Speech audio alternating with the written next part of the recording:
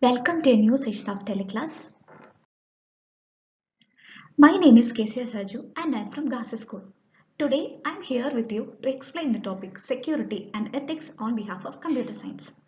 So the word security has a high impact in this current century. It has a high significance in this current scenario also. Security here it refers to the security of a user's data or a PC or a web server or a website or some web applications.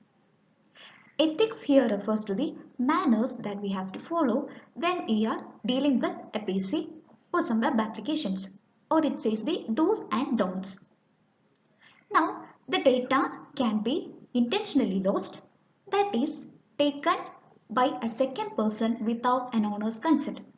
That is called an attack and it is a crime.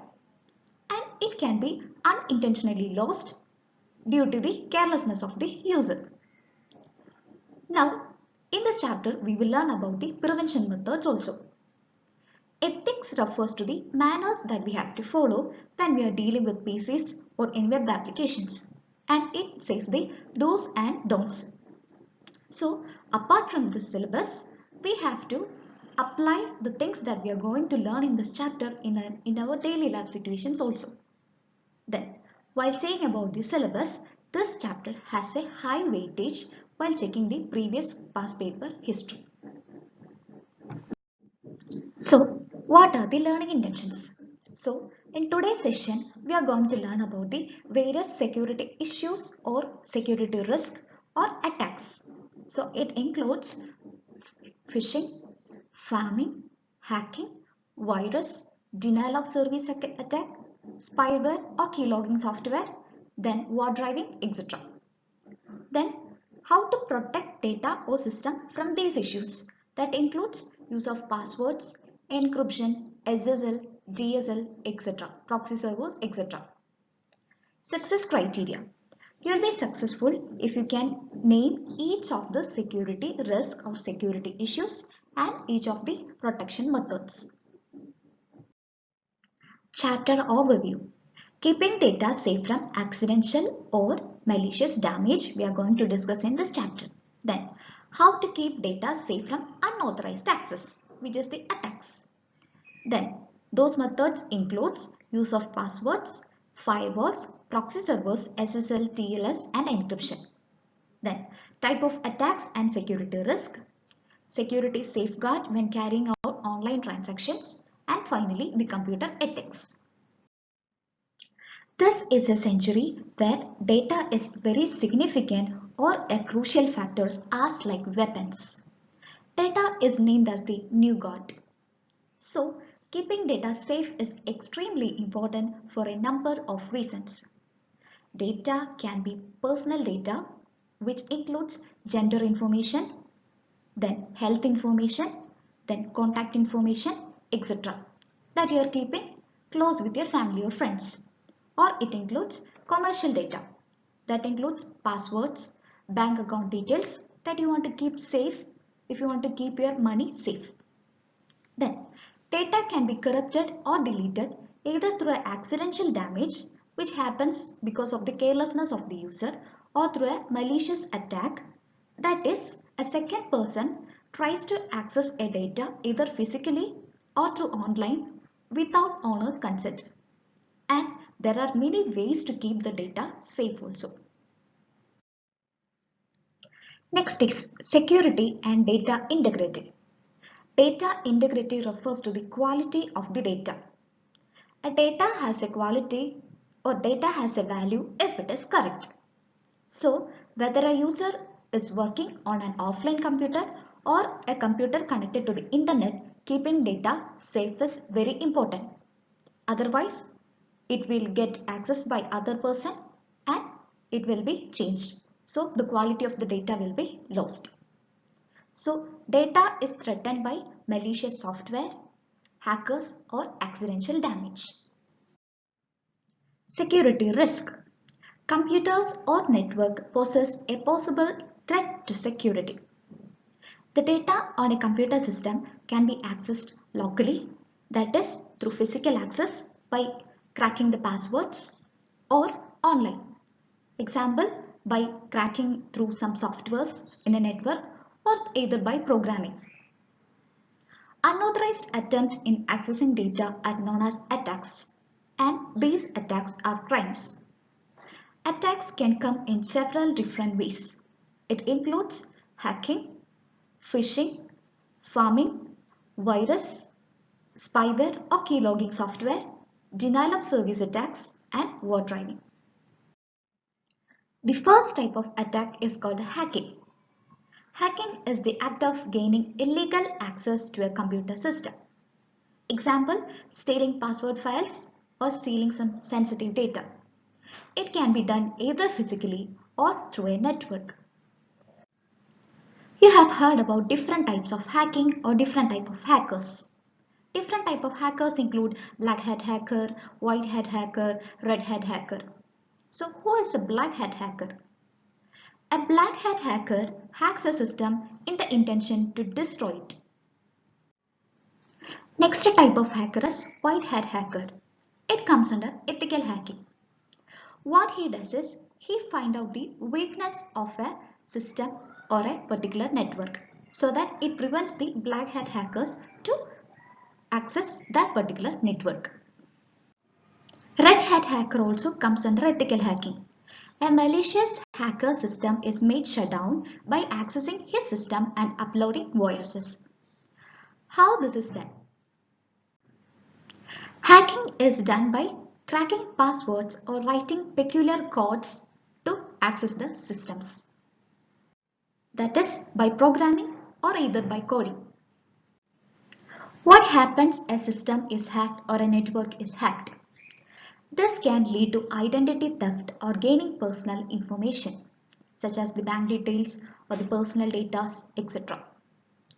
Then the data can be deleted, changed or corrupted because the hacker is having access to that system. How we can prevent hacking? First one is using of firewalls. A firewall can be either a software or a hardware. It sits in between the user's computer and the external network, and it filters information in and out of computer.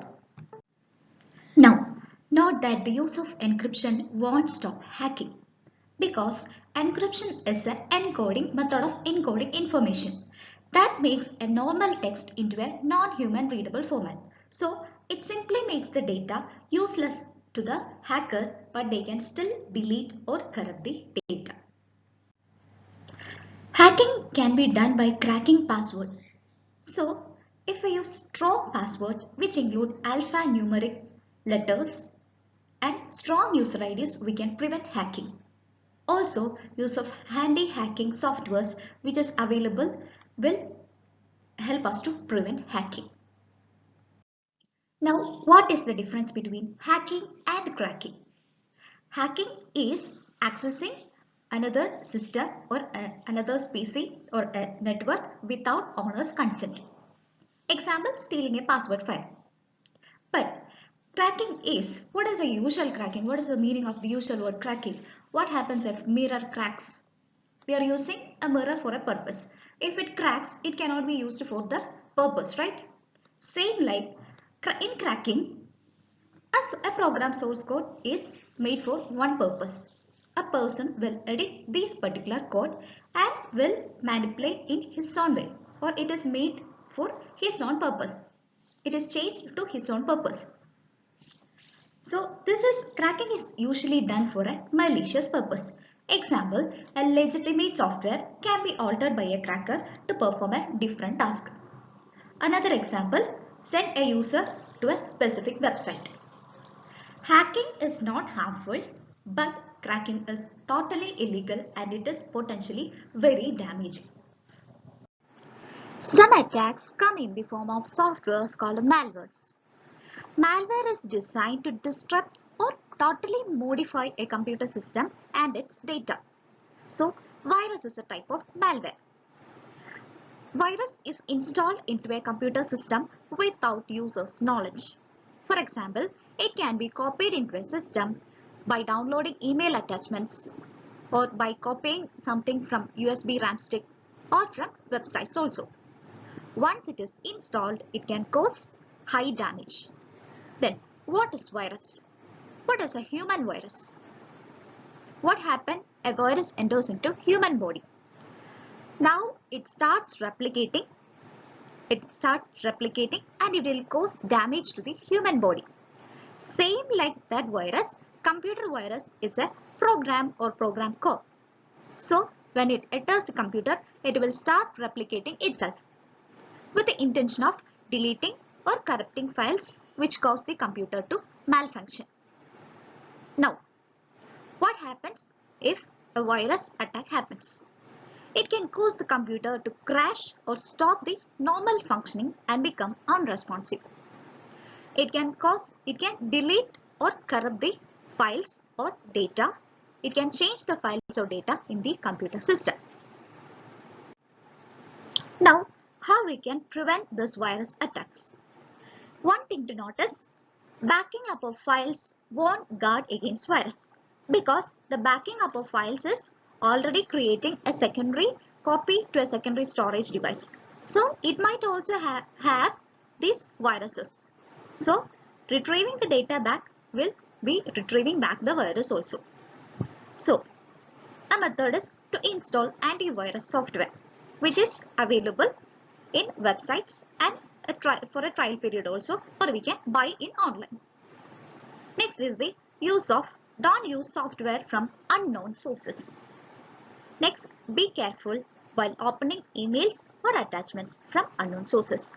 So by using these methods, we can prevent the virus attacks. Next type of attack is called phishing. What happens in a normal phishing? We'll take a fish catcher, we'll make some food items in that, we'll put that into a hook, then we'll dip into the water. So if a fish comes to see that, it will think that it is a food item. It will come to eat that and finally it is in our catch. Same logic happens with computer phishing also. So this is an attack when creator sends out a legitimate looking email. So this email contains a generic greeting. It mimics like a genuine organization. It asks for a personal information and it shows urgency in the email. So as soon as a recipient clicks on a link or in the email or attachment, the user is sent to a fake or bogus website. It is a type of social engineering attack. What happens if a phishing attack happens? The creator of the email can gain personal data such as bank account numbers from users when they visit the fake website. This can lead to fraud or identity theft. For example, this is an example of phishing. So this looks like a genuine organizational email. Let's read the email. Dear customer, Nationwide's internet banking is hereby announcing the new security upgrade. We have upgraded our new SSL servers to serve our customer for a better and secure banking service against any fraudulent activities. Due to this recent upgrade, you are requested to update your account information by following the reference below. So, if a person who uses this bank, Nationwide Bank, will think this as a genuine email, he will go to this particular link and he'll fill his account information. So this is a normal situation that happens in this real life also. Now, how we can prevent from phishing type of attacks? One general thing that you all have to be clear is that no bank will ask you the login credential or the social security number or the credit card numbers. Even if they ask, there will be a two-factor authentication method, which either it will be through a scanning code or it will be sent as a message to the registered mobile numbers. So how we can prevent it? One is many ISPs filter out phishing emails. So there are internet service providers which they have a list of phishing emails, so it will automatically filter. Next is the user. Us should be always cautious when opening emails or attachments. Now, one thing I have told you that these emails will look like a genuine organization email. So the legitimate looking email often use large companies, well-known companies, reputed companies such as well-known banks to try to convince their customers that the email is authentic. So think twice before you go for an action. Next type of attack is called a pharming. Pharming is where a malicious code is installed on a user's hard drive or on the web server. So when these codes will redirect the user to a fake website or a bogus website without their knowledge. That is, we'll see how this works. This is an example of a web page that looked like the login page of Facebook. So when you listen here, the link is not corresponding to the Facebook. So pharming happens because of the way the internet works. Each website has a domain name that is translated into an IP address. The user's web browser is directed to the IP address giving access to the websites. So with pharming, malware installed on the user's computer looks for domain names of reputed sites and translates them into different IP address, those of the fake websites. So instead of visiting a genuine website, the user is directed to a fake websites. So this is how pharming happens. Here, when a user see this has his Facebook login credential page, so he will type his login credential here. That is saved into the attacker's database so that he can use that credentials for the actual Facebook pages. This same thing happens with the bank websites also. So this is a typical example of how pharming works. An attacker will be focusing on the DNS server where the user requests for a particular websites or user access the particular websites. Suppose a user is accessing a website which has a web address www.nicebank.com, nicebank.com. The attacker will confuse the user by intentional misspells. He renamed a website as www.n1cebank.com. So the user might not be always alert what he types. So even if he types this, he is taken into some other website. Then how the attacker is tricking here is this website looks like the same design of nicebank.com. So the user will think that he is in the home page or the login page of his bank website. There he will try his password and username and try to log in. So this is how pharming works. Let's see what happens if a pharming attack happens. The creator of the malicious code can get personal data such as bank account numbers from the users when they visit the fake website. As I told you in the last example, we'll think that is the actual website, but it will be a fake website. We'll type the login credentials. It is saved into the attacker's database. So they can get the sensitive informations. Then this can be used for identity theft by the attackers. Now how we can prevent it? Some anti-spyware software can identify and remove the pharming code from the hardware itself. The users or us should be always alert when typing the domains or when we are redirected to new websites or other websites that is unknown to us.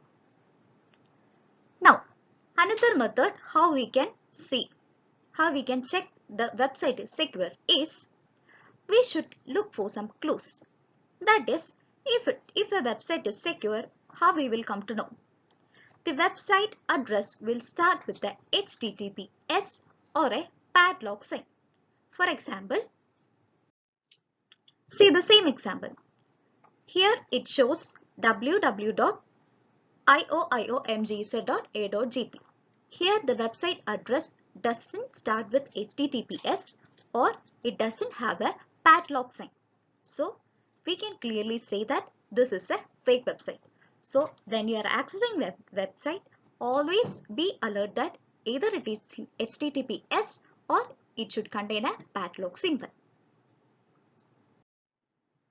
The next type of attack is the use of spyware or key logging software. Who is a spy? A spy is a person who watches us hiddenly and share this information he gathered to some other person.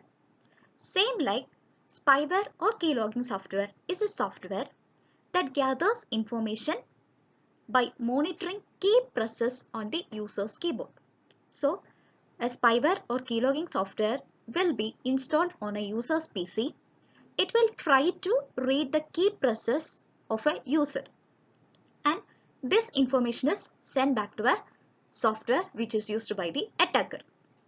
Now, this is installed without the knowledge of the user, and it will get downloaded with, or it is bundled with other softwares. Now, what happens? It gives the originator access to all data entered using a keyboard on the user's computer, because he is monitoring the key presses, right? So, by monitoring the key presses, he can gather the critical information of a user. Now, the software is able to install other spywares and read cookie data and also change a user's default web browser. Now, how we can prevent it? How we can come to know whether a spyware or keylogging software installed? Let me tell you 2-3 examples. It will reduce the stability of the system. Then it will cause a freezing to the system. There will be some internet connecting difficulty. Now, we can prevent the use of spyware or keylogging softwares by using anti-spyware software. Nowadays, most of the antivirus softwares come in connection with anti-spyware softwares also. So, this is real time. The user or us should be always alert and look out for clues that their keyboard activity is being monitored or not. So, I have given you some clues for that: stability, freezing, internet connectivity. So, just go for these options. Next, rather than typing the text through the keyboard, we can have virtual keyboards or by using a mouse. So, if we use a mouse to select the characters, for example, while typing the username or passwords, so that will not be detected by using a keylogging software or a spyware. Only the key presses on a keyboard is detected by using this type of software. So, if we use a mouse, we can reduce the risk. Next type of attack is called war driving. What is war driving? It is the act of locating and using wireless internet connections illegally. So, it requires a laptop, some other portable devices, a wireless network card, and an antenna to pick up the wireless signals. Nowadays, many war drivers use GPS devices to measure the location of the network, and it is easy to log into that website. For better ranges, they use antennas that are brought into it and vary from omnidirectional to highly directional. Softwares for war driving is freely available on the internet also. Now, this is a typical example of war driving setup. Here, it uses a GPS mouse, then a network, a PC, a GPS software, a power cable, etc. Now, what happens if war driving attack happens? It is possible to steal a user's internet time or allocation by downloading large files. What happens if we get a Wi-Fi? So, it is possible for that person to download large files or getting the access to the user's internet time. Next, it is possible to hack into the wireless network and steal a user's password and other personal details, because a user might be using his Wi-Fi or his internet to log into some of the other sensitive applications. So, if a hacker hacks those wireless network connections, he can access into that details also. Now, how we can prevent war driving? Use of wired equivalent privacy encryption method will block the war driving attacks. Next is protect use of the wireless device by having complex password before the internet can be accessed. As I have told you, you can use alphanumeric letters to type the passwords. It should not be like 1 2 3 or a sequence of numbers or your name or name at 1 2 3. It should not be like that. Use some strong passwords. Next is use of firewalls. Firewalls we will see in the later session. It's in between the user's computer and the internet. So it will filter out these type of informations. Now one thing to note that is the user needs to protect their password from any other users. If any unusual activity is seen, then the password have to be changed. It is better to change the password on an occasional manner. Not in an occasional manner, in a systematic manner. Finally, the last type of attack is called a denial of service attack. A denial of service attack is an attempt where it prevents the users from accessing a part of the network, notably an internet server. Let's see this figure. This is a user's computer. A user will send request to the server and server will be giving the response for the request. So, in denial of service attack, the attacker will be focusing on the server where he will block the server to give response to the user. Actually, this is temporary, but it will be very damaging or a big breach attack of security. It is not just affecting the networks, it can also be an individual attack. DOS attacks are not designed to gain access to data, but they prevent access to data. Now, what the attacker will be preventing a user from?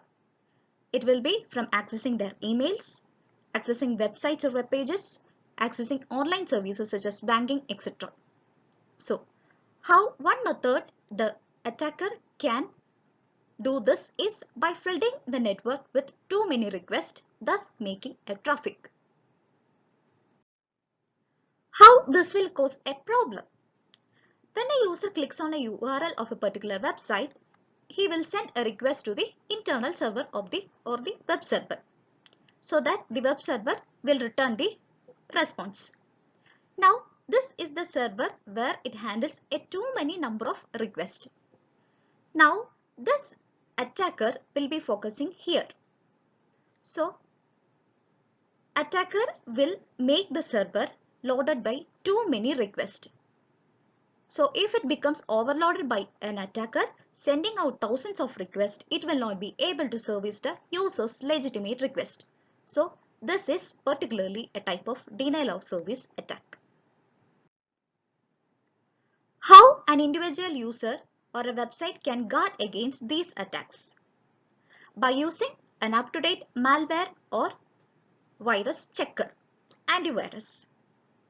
Next is setting up a firewall that restricts the incoming and outgoing requests out of and in of the servers. Next is applying email filters to filter out unwanted traffic or spam emails. What are the signs that a user can look out for to see if they are affected with the DOS attack or no? First one, there will be a slow network performance. That is, when accessing a website or opening files, there will be a lag or a network slowing performance. Then, unavailability or inability to access particular type of networks, websites, especially bank websites, etc. Then, large amount of spam mails reaching the user's email account. So these are the methods that we can come to know whether we are a victim of attack or not. So today we were discussing about the different type of security risk. What happens if an attack is happened to a PC or a website? How we can prevent it. So hope you understood all of the topics. One thing to notice that all the topics we discussed today comes in our daily life situations also. So make sure you will think twice before you go for an action and keep these points in your mind. Always check the previous past paper questions that come from this topic and try to answer this. Thank you.